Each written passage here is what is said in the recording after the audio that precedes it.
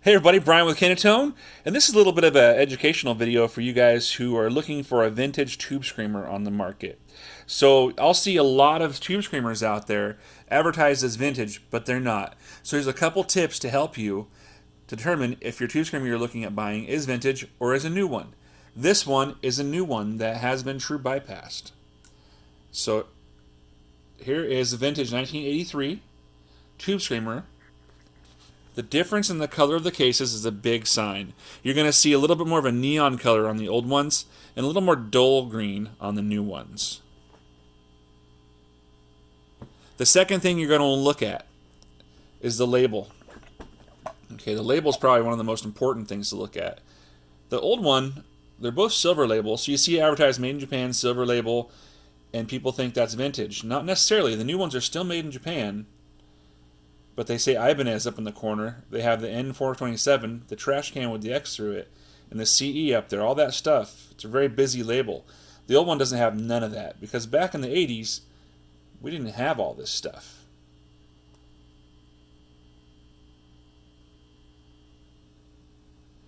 So the third thing to check is the battery cover. Now, battery covers can be replaced, and you can buy them through Small Bear Electronics. So if you're missing one, you can always get a new one. And they're interchangeable too. Now the vintage ones will say Maxon on the battery cover.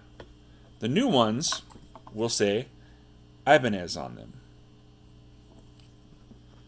Another thing to look at is underneath this pad here, the new ones will say, if I can get that pulled back, Ibanez. So Ibanez started making their own tube screamers back in the early 2000s, I think around 2005 or 7, somewhere in there. Ever since then, they've had Ibanez on them. The 90s reissues will still say Maxon like the old ones and have the Maxon stamp in the battery cover. So when you get a 90s one, even it'll still say Maxon.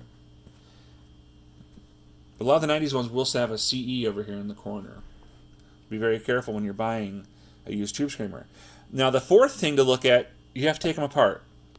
And when you take them apart, you're going to see codes on the capacitor. Let me show you real quick.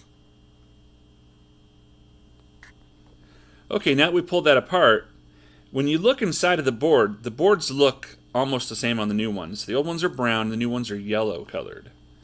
But they are the same board layout, the same components.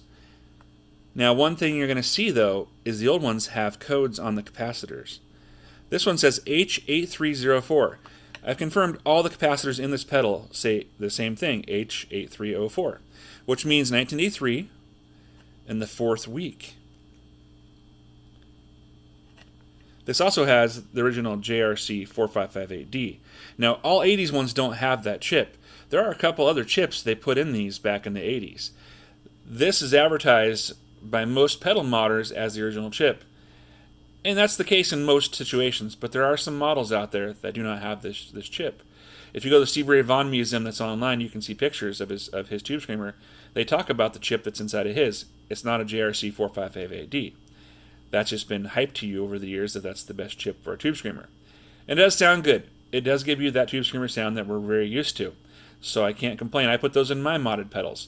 Or the 4558P, which I think sounds just as good. But you will see the variants in the vintage ones. But most times you want to look for the Maxon logo up there. You want to look at the date codes here. The 90s ones will have a similar board, but they will say like 9394, whatever, for the year on there. So look for Maxon. And that's about it. Just wanted to show you guys the differences between a new one and an old one. And that way when you're buying one on Reverb or eBay, you don't get fooled. Thanks for watching, and have a good one.